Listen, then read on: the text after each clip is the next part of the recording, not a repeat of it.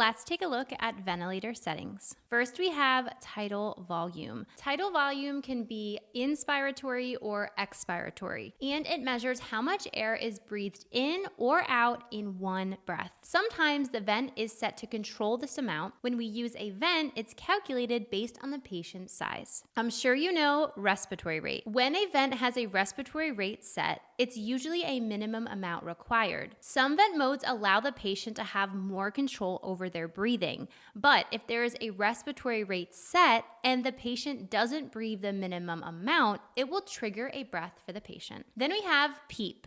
PEEP stands for positive end-expiratory pressure. This tells you how much pressure is left in the lungs at the end of expiration. This is the pressure that keeps the alveoli, the tiny little air sacs at the ends of the bronchioles, open and able to perform gas exchange. On the vent, we usually set a baseline of 5 centimeters of water to help keep the lungs open. Too much PEEP can cause injury to the lungs, drop in blood pressure, and increase intracranial pressure. And last, we have FiO2. This is the fraction of inspired oxygen. This tells you what percentage of the air being pushed into the lungs is oxygen. Room air is 21%.